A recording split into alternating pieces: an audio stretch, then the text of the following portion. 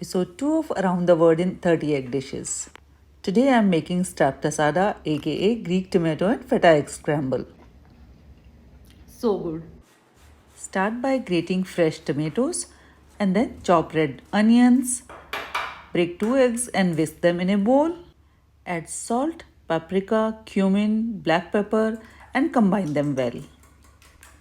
Now in a non-stick pan, heat olive oil and then saute chopped onions in this. Add grated tomatoes and cook until water almost evaporates. Pour eggs in the mixture and scramble on low heat until your desired level.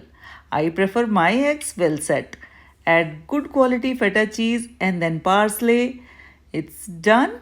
Now serve with the crusty bread and enjoy. If you love eggs, do give this recipe a try and notice how much difference a small change in flavor can make.